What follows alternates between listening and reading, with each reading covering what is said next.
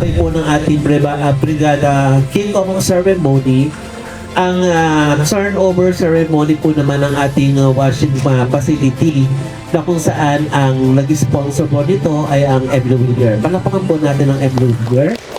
Sa pangunguna po ng ating Regional Director, Ginoong Menard Baranda, at ang kanilang tama ba, Project Manager, si Sir Marvin Bakilin. Palakawag po natin dalawang. At syempre, yung po kanilang mga staff, ano po, kasabay po, kagaya po na sinabi ko, kasabay po ng ating kick-off ceremony, ang turnover ceremony, na kung saan ay malaki po ang magiging hambag ng ating washing area na kung saan ay mapamanatiling malinis ang ating mga mag-aaral.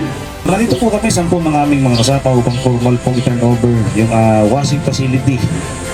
So nandiyan lang po ngayon, dito natin binigo ang kahilingan ng ating Sir Tony at para po matulungan ng eskwelahan at sabi nga ni Sir Tony kanina, maturuan ng mga bata na magkaroon ng frequent na washing upang makaiwas sa kung anong sakit na naglipa na sa ating sa panahon ito, no?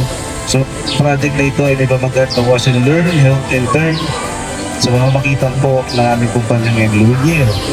So muli po ang aming taus-pusong pasasalamat sa mainit na pagtanggap ng mga guro, kayong mga magulang, Sir Tony.